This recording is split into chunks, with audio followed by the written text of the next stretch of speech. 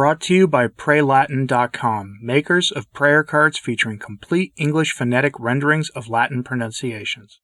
We all know about the visit Bishop Strickland received this past week of two very questionable bishops on behalf of Francis in what is called an apostolic visitation, which is where the Vatican sends representatives to a diocese or religious institute that is having problems to try to sort things out there. The media made it sound like this was a routine visit based on some administrative issues Bishop Strickland was having, but no one who's been paying attention actually believes that, especially since the two bishops visiting Tyler, Texas, openly talked about candidates for replacing Bishop Strickland for the high crime of having unusually high personnel turnover in his chancery office. And they did this in front of his actual staff, because this wasn't actually about his unusually high turnover.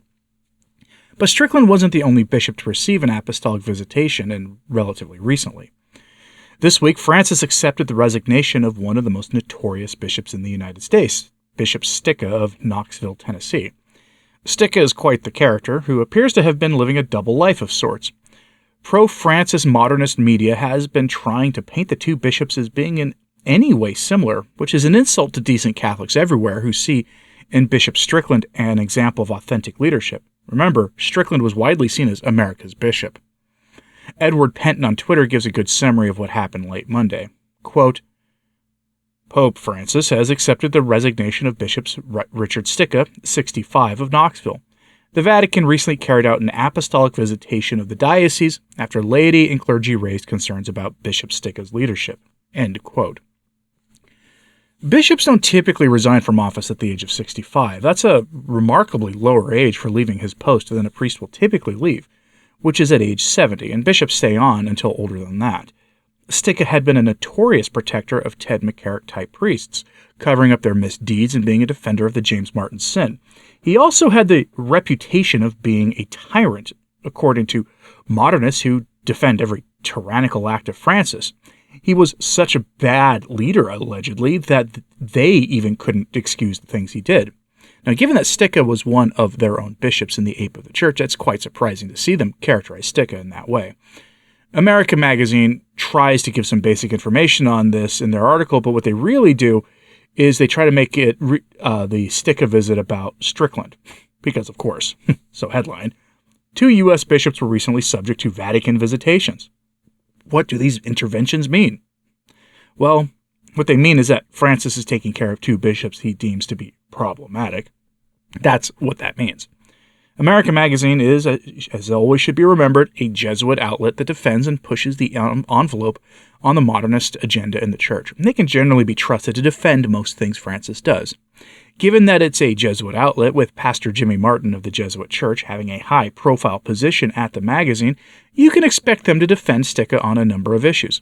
Their take is that in Knoxville, cases of crimes of a Ted McCarrick nature were quote-unquote mishandled, whatever that means.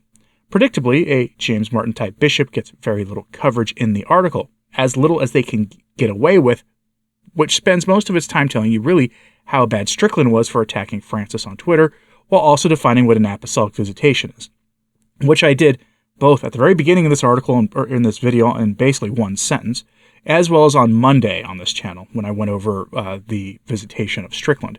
But Stika's mistakes and heresies are, well, frankly, the stuff of legends and really worth focusing on. In 2019, Stika publicly denied the holy sacrifice of the Mass is how one way we worship our blessed Lord Jesus Christ. This happened on Twitter in 2019, in a tweet exchange that has been preserved on the blog Catholic Cyber Militia. Here we see Stika tweeting against the traditional Latin Mass and traditional Catholics.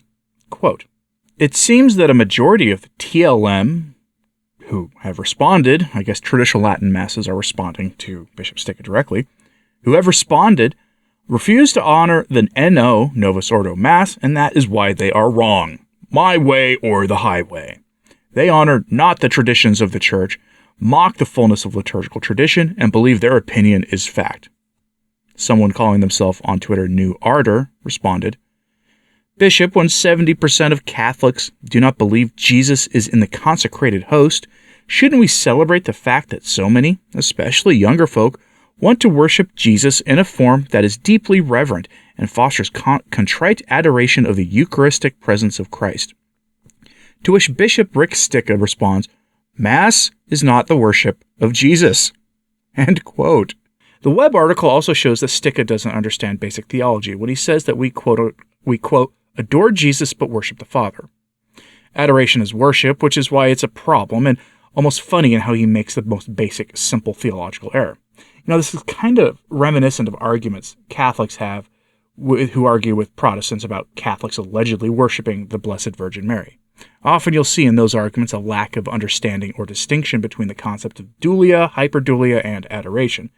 But in Stika's case, there is also a tacit rejection of the divinity of Christ, suggesting that worship is reserved for the Father, and we offer something lesser to Christ as a rejection of the divinity of Christ in the Catholic sense.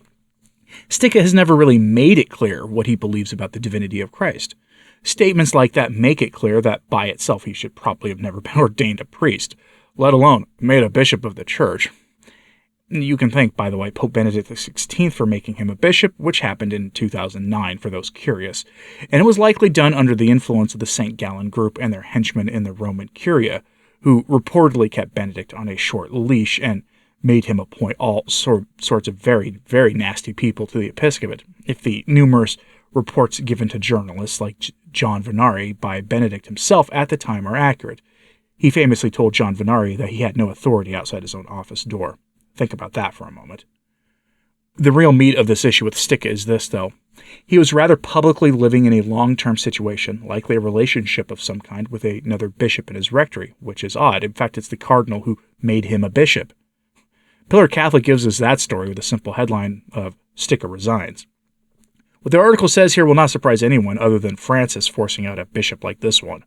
Quote, "The resignation comes 6 weeks after the Pillar reported that the Vatican would request the bishop's resignation, and after priests of the Knoxville diocese spent more than 2 years asking the Vatican to address Stika's alleged failures of leadership. In an email to priests dated June 27th, Stika cited his health problems, adding that, quote, questions about my leadership weighed on me emotionally and physically.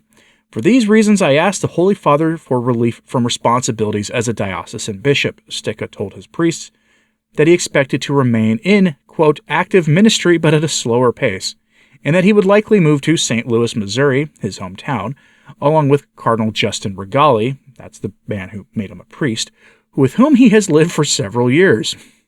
That's weird. Writing that God has blessed me with almost 66 years of life, the bishop added that, quote, I have been a Catholic priest for most of that time, and I have tried my best to be a good shepherd. Reflecting on the Acts of the Apostles, Stika noted that, quote, the church isn't perfect, it's human, but it continues to grow in goodness. Thanks be to God. End quote. Correction, Bishop Stika. The Catholic Church is the spotless bride of Christ and is by definition perfect.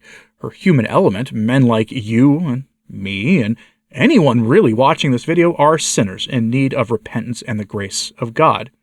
But the Church is itself perfect. And to say otherwise is another grotesque theological error. Stika's leadership errors are nothing to downplay, though. The Church has been getting a handle, broadly speaking, on the Ted McCarrick evil priest problem since 2003, and some dioceses have done a better job of taking care of that problem through more invasive checks into the character and inclinations and mental health of seminarians than others have.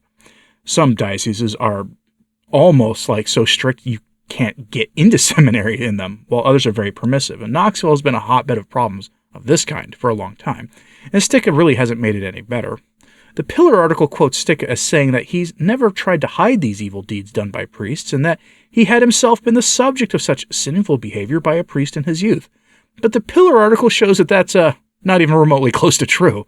Stika has been accused of hiding the evil deeds of a seminarian who has been accused of engaging in what we're going to call here forceful sins of the flesh against an unwilling parish organist in the diocese, as well as mishandling Ted McCarrick-type priest issues in Knoxville. His handling of that seminarian case is especially noteworthy because he tried to interfere with a Vatican investigation into the matter, which probably sealed Stika's fate 2 years ago when it happened. Stika removed a diocesan-appointed investigator from his position because the investigator was, quote, asking all these questions. That's what investigators do, isn't it? They ask all sorts of really hard questions. Stika even tried to destroy the reputation of the parish organist by telling priests that the organist had been the aggressor in the case involving the seminarian. The parish organist then went on to file a lawsuit against Stika for the damages and used the pillar article's contents on it as evidence. Now, it's little wonder that Stika had been removed by Francis for this. Now, by the way, the seminarian was eventually dismissed from seminary after a second allegations by a second person against him was made. But weirdly enough, Stika decided that the diocese would pay for the former seminarian's tuition at the University of Knoxville.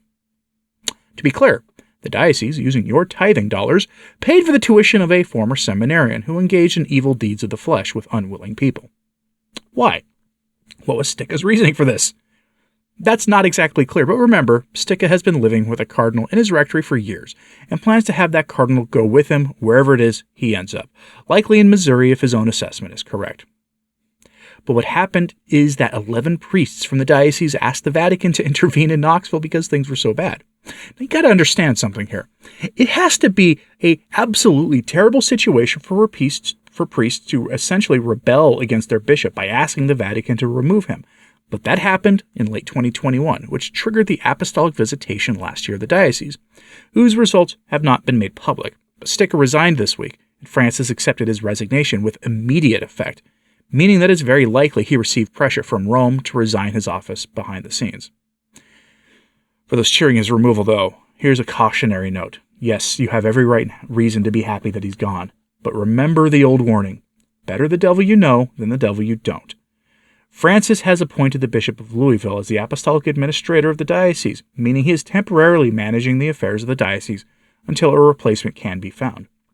Perhaps a middling bishop who generally keeps his head down will be found to replace Stika, someone inoffensive to most people. Or maybe another heretical apologist for sins of the flesh of the James Martin kind will be found. Time will tell, but be wary of celebrating the removal of Stika aside from the basic elements of justice having been served in this case, because you never know what Francis has in store for the Diocese of Knoxville. Now, what do you know about Stika that I left out of this report, because he is quite the character? Let us all know in the comments, please, and try to keep the language a little clean on this because of the nature of what we're talking about. And what in general do you think of this story? Are people right to be happy about his dismissal from his office, or do you think this didn't go anywhere near far enough? Let me know what you thought about all this in the comments, please, and like and subscribe if you haven't. It does help us, so does sharing this on social media. That helps a lot, too. And as always, pray for the Church. I'm Anthony Stine. Ave Maria.